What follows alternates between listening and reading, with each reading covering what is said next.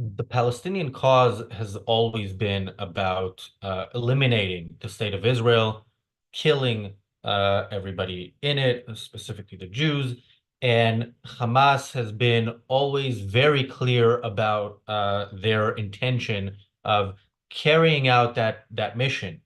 On October 7th, they did so in their most successful operation so far, killing 1,200 Israelis. But they also took 250 hostages. Now, the killing, if that was all they were doing, would have been the number would have been much higher. It wouldn't have been higher by 250. It would have been higher maybe by another 1,000 or maybe more.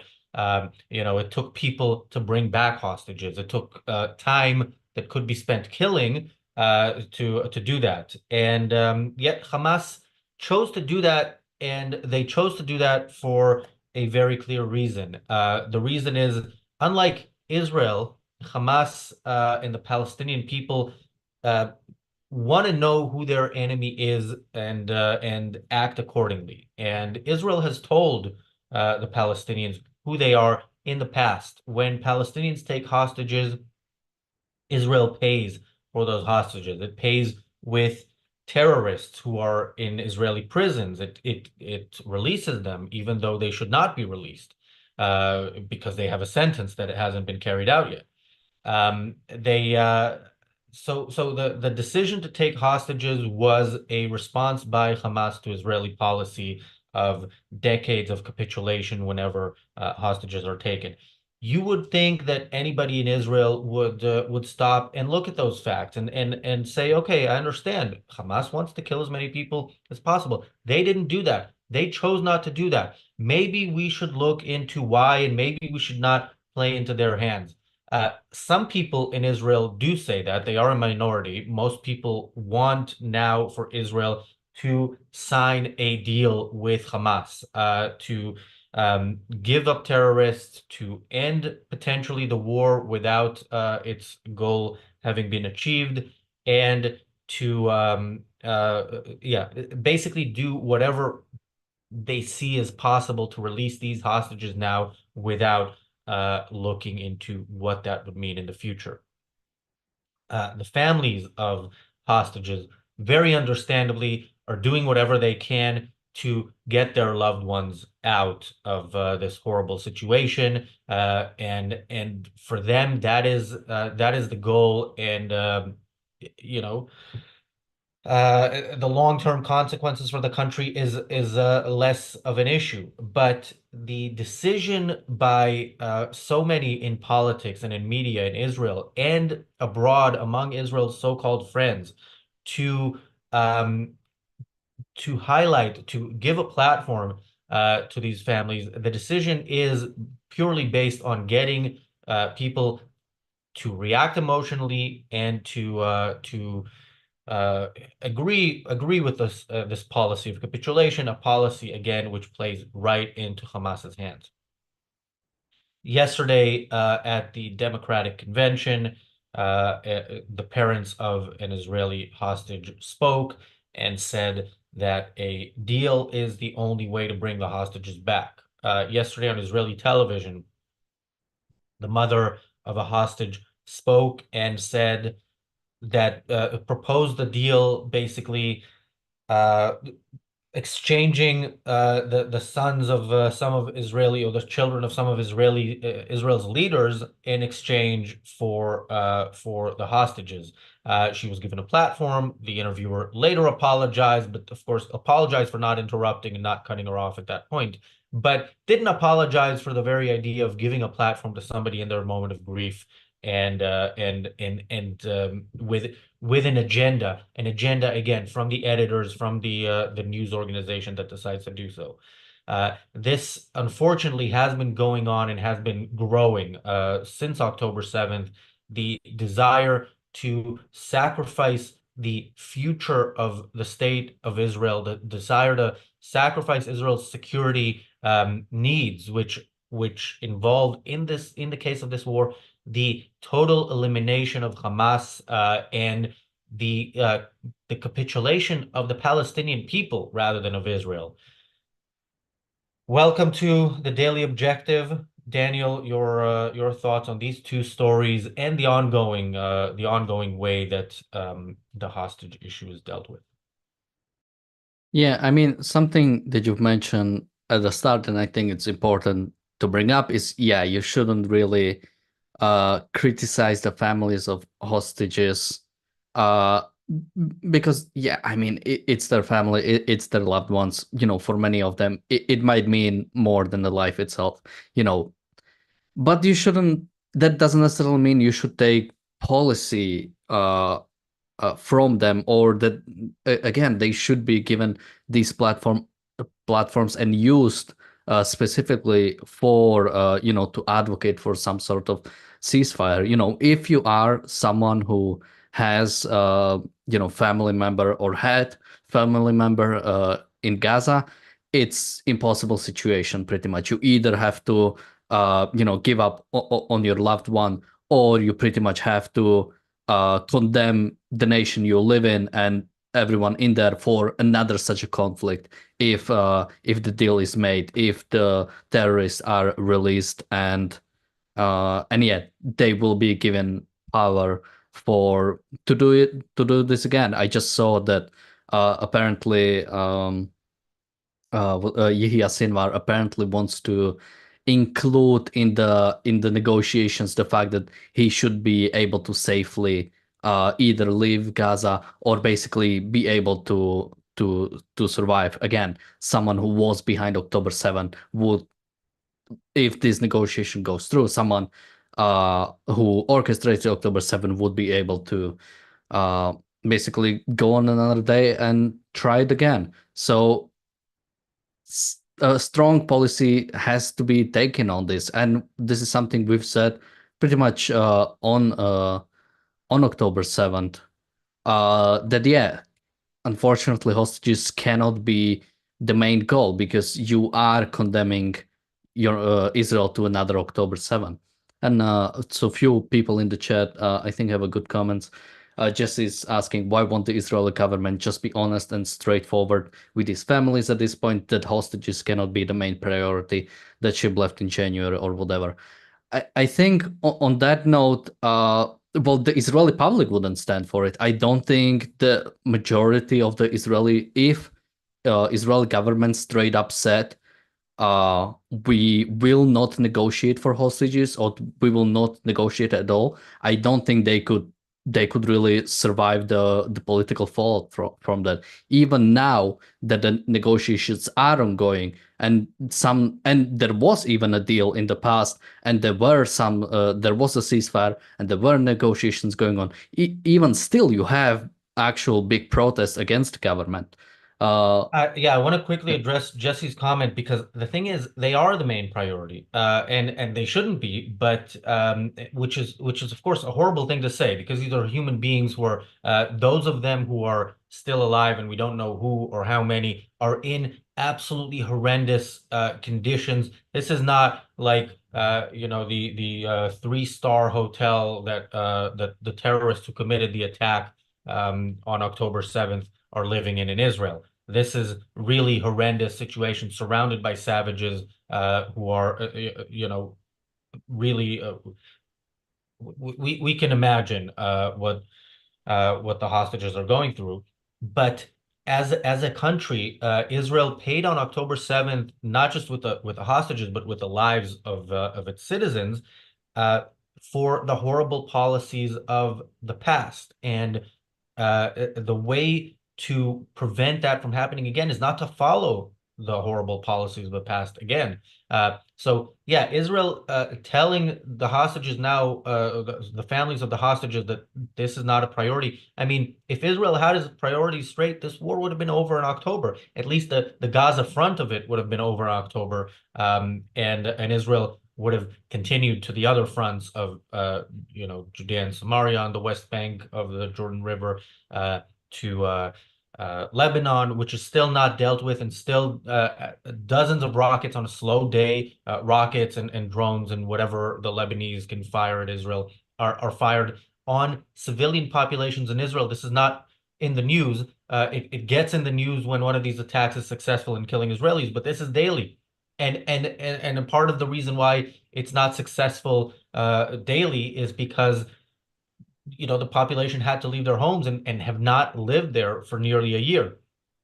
So yeah, Israel, in this narrow, out of context sense, is being honest with the hostages when they say that they are a priority, and with the hostage families. And yeah, and unfortunately, this is, yeah, as Daniel mentioned, it's also a priority for the Israeli public. This is what the majority want. They want a deal. Whereas, if you asked if there was any poll conducted on October 8th, October 9th, you may have heard, you know, in answer to the question, what should Israel do? You may have heard wipe Gaza off the map, which was a good suggestion. But by the way, now a famous kind of off topic, although I was considering doing a show about it, and I decided not to. And a famous Israeli singer is now there was a suggestion by the state attorney, a recommendation by the state attorney, stronger than a suggestion, to prosecute a famous singer who said we should flatten Gaza after October 7th. Now, multiple people said it. He's the one who's being targeted, and this is in accordance to something that is was being brought up in The Hague. So that's Israel's response to its enemies who clearly want it destroyed. That's Israel's response is to capitulate to them, whether the enemy is operating through some sort of international law system, whether the enemy is Hamas operating through hostage-taking system. Israel will capitulate wherever enemies exist. It was a long-winded answer to Jesse's comment, but I think I made some relevant points there. Yeah, one more interesting comment. Someone was asking, is it true that Israel can't get back all the hostages? So I'm not sure what exactly is that in reference to. But well, for one, we know many of the hostages are dead. Actually, I think IDF recently said that I'm trying to remember the wording, but I think they said they have rescued I think it was 6, 7, 8 bodies of the host 6 bodies of the hostages, and I mean, whatever hostages can be rescued should be rescued through military operation. I mean, I think until now, Israel has rescued, I believe, 5 hostages. There was the 3 that was a few months ago, and then 2 some time ago before That was that. 4 in early June, and yeah, 2 earlier. I think there may have been another. So I think the number overall is 7. It might be No, 6. But yeah, it's uh, yeah, rescuing hostages in military operations is of course very difficult. And the question, can Israel bring back hostages? I mean, possibly. There's a level at which Israel would capitulate enough to Hamas that Hamas would release whoever is still alive, or the bodies of those who are dead. We don't know who's alive. The report from a couple days ago, when 6 bodies were recovered, was that they basically, whoever was holding the hostages, um, realized that the IDF is closing in on them and then executed them. So uh, yeah, there are some probably still alive, many probably dead, and yeah, it is possible that they could be rescued. But the question is what the price is, and the price of any sort of capitulation is death. It's just death further along in the future.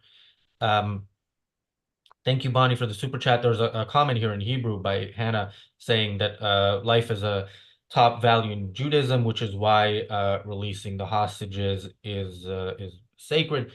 I mean, that is much of the problem for Israel. I think Israel is operating to some extent on a religious approach here. Certainly, historically, Israel releases living terrorists even for bodies of hostages when they know that they're dead bodies. Um, So yeah, Israel should, to whatever extent it is operating on a religious approach, to whatever extent it's operating on an altruistic approach, should abandon those and should be rational and self-interested and recognize that the enemy is not the end game of the enemy is not whatever happens to these hostages. The end game of the enemy is the end of Israel.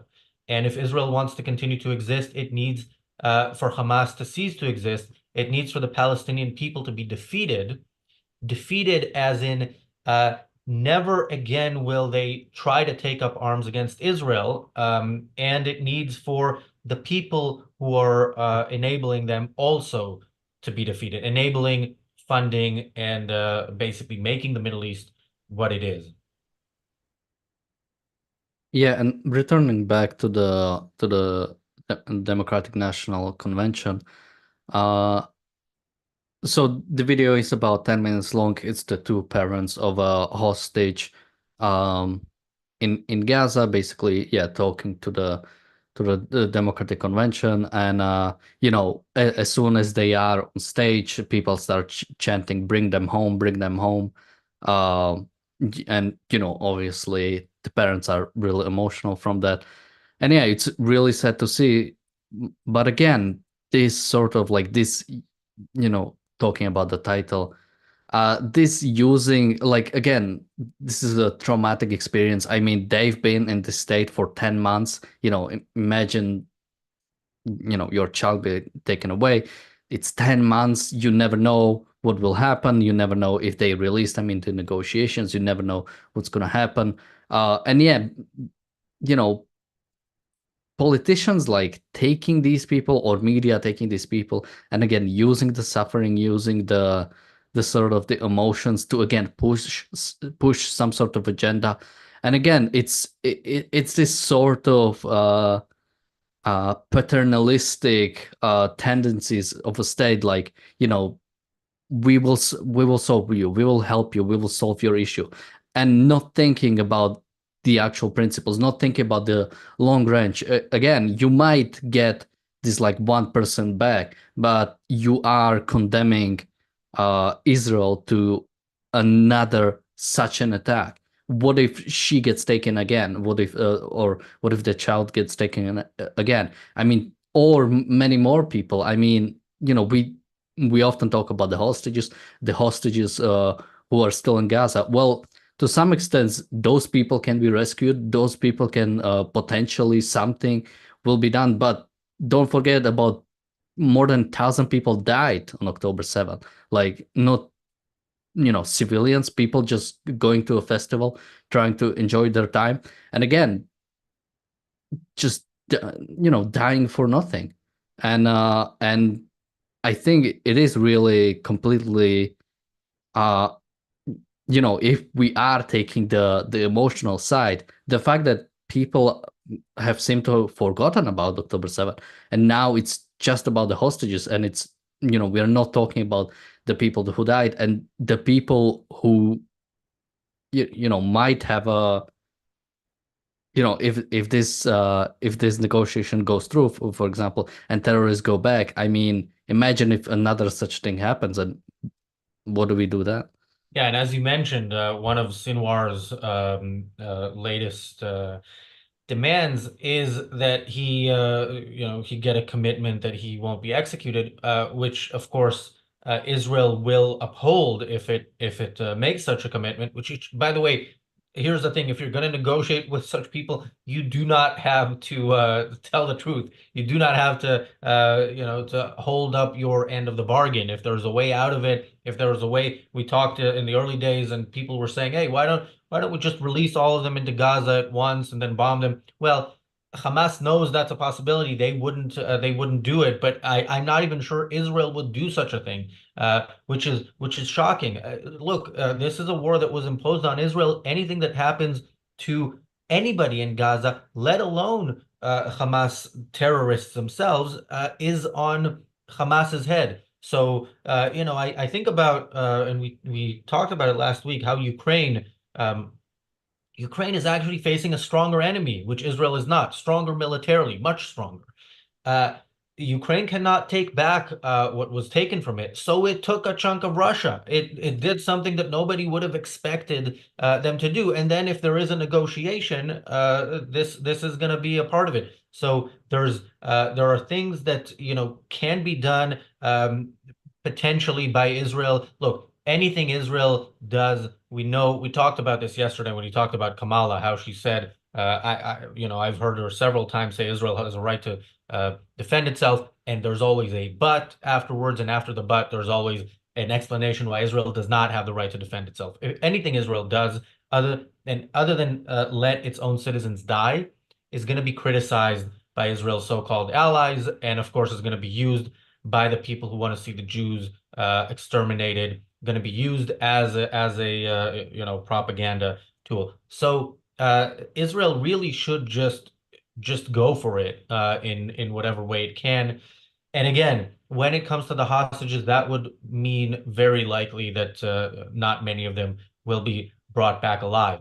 The hostages that are there right now. But what it would mean is the hostages of the future are less likely to be taken, whereas they are guaranteed to be taken if Hamas gets this victory of Israel saying, okay, we wanted to get rid of Hamas. We wanted to have a real peace, a peace which means we're not living in constant fear of terrorist attacks. But you took hostages, so you win, which is exactly what such a hostage deal means.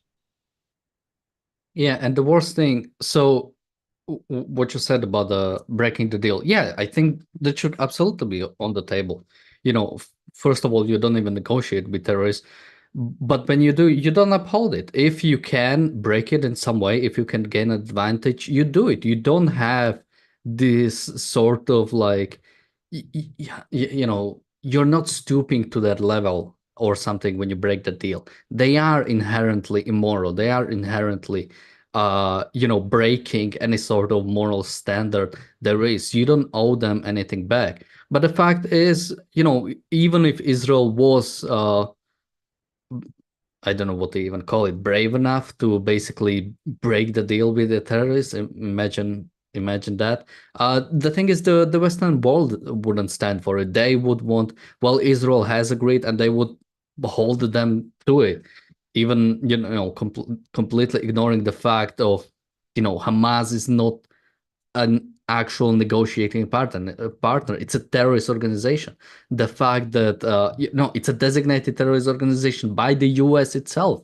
It's not like it's just Israel or something.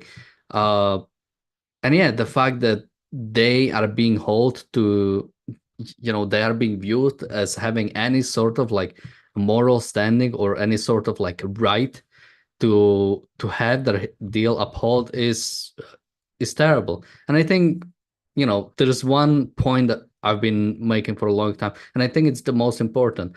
I think people are completely divorcing the government from the people. They are viewing Hamas as some sort of like occupying force. It just came in and enslaved Palestinians and are basically like ruling over them as some sort of not even a king, but some sort of god that cannot be touched. No, but Palestinians have elected Hamas. Palestinians largely support Hamas. They largely support October 7th. They like Hamas. They like the Hamas leaders. And on the other side, they really hate the sort of alternative they have. They hate the Palestinian Authority. They hate Mahmoud Abbas as a leader. They prefer Hamas to anyone who would even be slightly sort of viewed as a negotiating partner to Israel. And the fact that, yeah, people are ignoring that. People view Hamas as I said, some sort of godly figure, overruling Palestinians. And just quickly, one point I wanted to make. I think what's the most, I think, disgusting and something that people don't actually comment on as well is the fact that when it comes to negotiating, the worst thing you can do is basically tell the other side what you want, or basically when it comes to actual negotiating. If the other side knows what you want, they have an advantage because they know you'll be willing to pay a bigger price for it. And and it's disgusting, something that Hamas has advantage of is they don't care about human life. And what that means is they can get more of their people back. They can get back more terrorists than Israel can get back innocent people. And I think the fact that people are not talking about, people are completely ignoring the fact is, it's really disgusting. Yeah, so one of the pro-jihadists in the chat copy-pasted one of the standard pro-jihadist arguments in relation to this conflict, but it is a full paragraph, so which is unique for these people. So I'm going to read this. I mean, she copy-pasted a bunch of other crap later on. I'm going to read this one.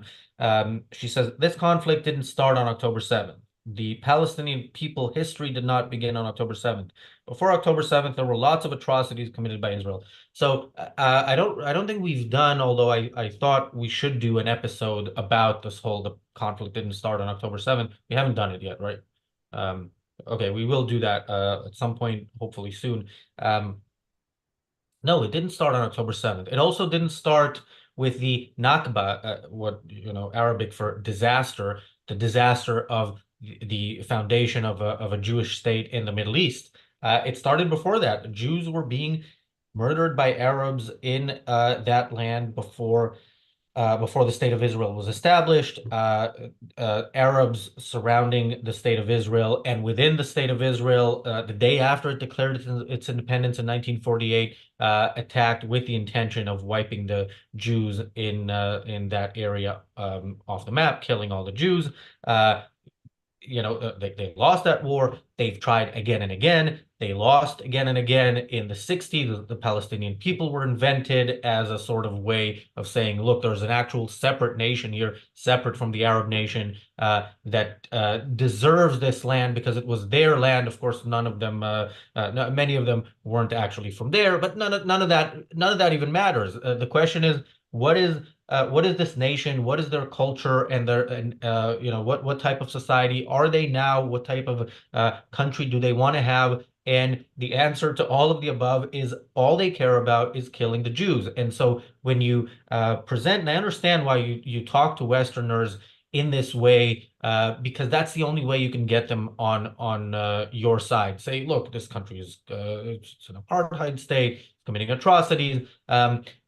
Well, again, we're talking about a whole so-called nation that exists in order to finish the job that Hitler started. So no, the atrocity as far as the Palestinians are concerned is the existence of Israel, the fact that Jews are alive. This is why they talk about settlements as an obstacle to peace. The fact that Jews have homes is an obstacle to peace. The fact that Jews are there, the fact that Jews don't quote go back to Poland, of course, which is a specific choice of country to which the Jews should go back. The country where 90% of Jews who lived there were slaughtered. And of course not mentioning the Arab countries where a majority of Israelis would originate from. Not saying go back to Russia or Ethiopia, which is the two countries where most of Israelis who weren't born in Israel were born in those countries. But yeah, it's important to look. Yeah, Christian says don't feed the troll. Maybe I am feeding the troll too much, but I do think there are these pro-Palestinian cases that we should look deeply into and understand what they're not saying, because what they're not saying is who the Palestinians really are, who they support, why they support them. And I try to understand that, but some people are better than me in understanding how the human mind works. One of those people is Lee Pearson, who is going to join us on the reality show in a couple of minutes for the first time on the show. He is the host of The Cutting Edge, a show that used to be on this channel, will be on its own channel from its return next month. And he will be joining me and Jonathan Honig to discuss the pro-Palestinian mindset. What makes people like this troll in the chat, get to the point where they are. That was maybe one of the longest answers I've ever given to a troll in the chat, but it's a good segue into the next show. Um, Daniel, any quick parting thoughts? Someone said Palestinians have, someone was asking, do Palestinians have a right to resist? They have a right to resist Hamas. They have a right to establish a free nation. They don't have a right to establish a dictatorship. They don't have a right to fight against a freer nation to preserve their more authoritarian nation. Well said. Thanks everybody for watching. We went a bit over time, so we might make up for that in the next show. Make sure you watch the reality show. If you don't know Lee Pearson, you'll want to know him. He's on in a couple of minutes. See you there.